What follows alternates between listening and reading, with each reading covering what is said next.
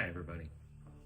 It's time for another interlude, and this one, this piece right here, it actually hangs on my wall right next to the Paul's Shop sign that I talked about last time, and it is a coin map for those state quarters that became real popular in the very early 2000s. And in fact, I think they started in the late 1990s. Um, so I was working on the coins, obviously became really popular and people were collecting them. And so then ways to collect them became really popular too. There was companies that were making cardboard things and stuff like that that you could stamp all the coins into. Well, my woodworking magazines paid off with a pattern here for a coin map that you cut out with a scroll saw and use a special drill bit to make a little indent there for each of the quarters. And it has, one for each state in the map, and then one for each state all the way around, so that you can show the front and the back if you want to. Or you could also do the different mints, the San Francisco and the Denver mints. But it was a really cool project to make, and I made three of them. Did a stack cut, and I cut three of them all out at once. And I honestly don't remember where they all are. Somebody bought one from me. I think maybe I donated one to a raffle or something like that. I don't remember. But my dad bought this one from me. And then when he passed, I got it back. And I guess I should have gave him his money back, huh? So anyway, 24 years ago today was September 10th, 2001. And I happened to be in my basement on that day, and I was working on this map.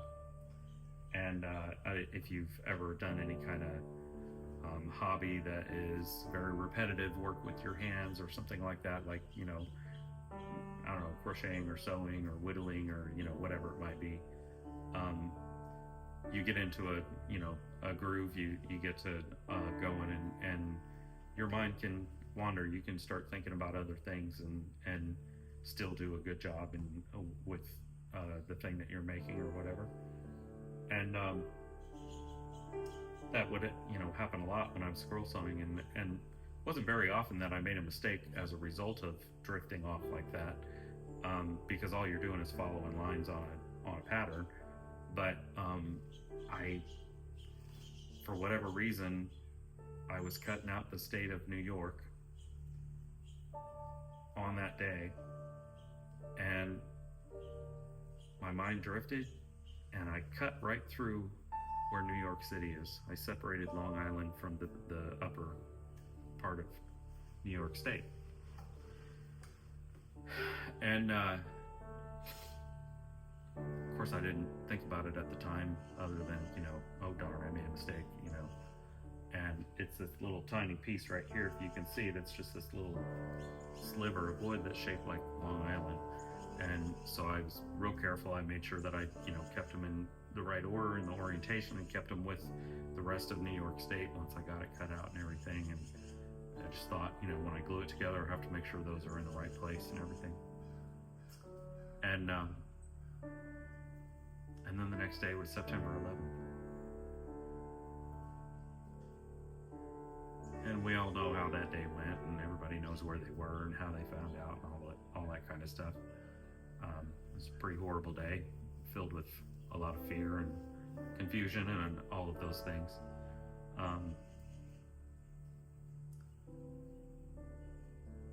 But I didn't even think about it until much later. Because obviously my focus was elsewhere at the time.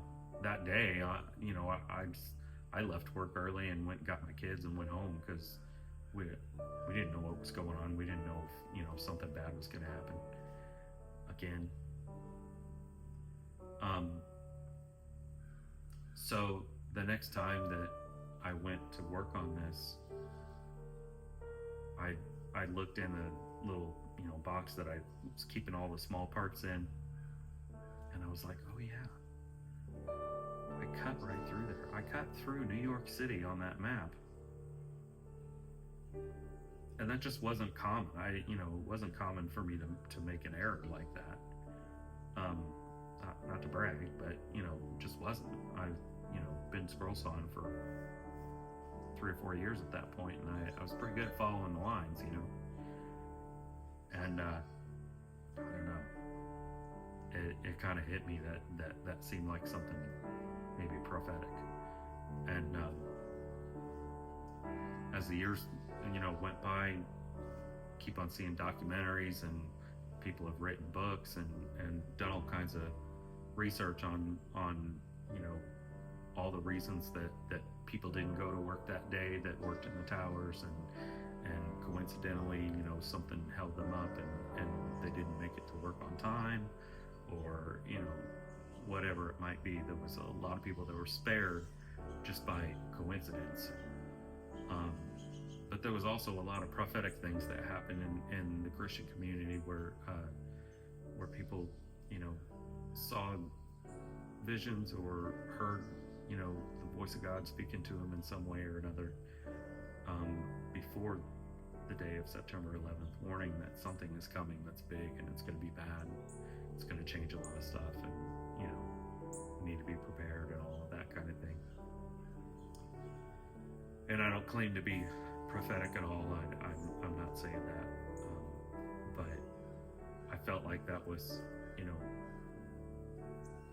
my little touch of a warning of, hey, something's about to happen here. I kind of like to imagine it as the prophetic utterance that was being sent out by God all over, probably, all over the country, but possibly all over the world. That utterance was so strong that it just affected everybody in some way, or most everybody, and that was how it affected me. I accidentally, made this mistake that turned out to be quite, significant and telling. Anyway, I just thought I'd share that with you guys. I was getting ready to edit some videos, and was looking through my Facebook and saw on my memories that I had shared about this story and this coin map before on September 10th, and it popped up, and I thought, hey, that'd be a good thing to tell on one of my interludes. So I popped out here real quick to record this and share it with you guys. I just want to say that anybody who thinks that God isn't speaking to people anymore, I'm sorry, but I think you're dead wrong. He talks to everybody. It's whether you can hear him or not. Quiet yourself down. I'm just as guilty as anybody else of having my face in a screen all day long and all that stuff. So I'm not judging or putting anybody down. Preaching to myself here.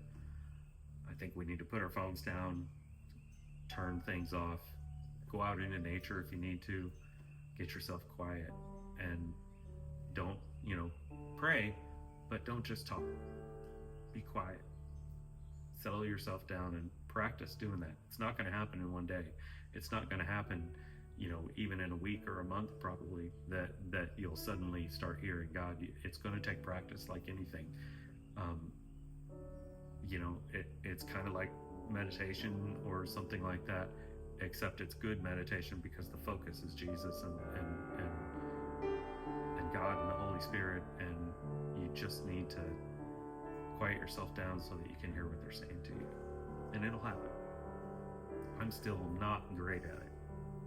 I still have a lot to learn about it, but I'm working on it, and I know that it's true, and because He's spoken to me over the years. I've gone like this. My Christian walk hasn't been this. My Christian walk has been this. And at those times where I'm doing pretty well, and I'm feeling, closer to God, I hear Him pretty well, and pretty well. So my point is, if you're a believer, just try. Try to get some time alone every day and put down the busyness of life and try to listen for him, because he is talking, and sometimes it's important.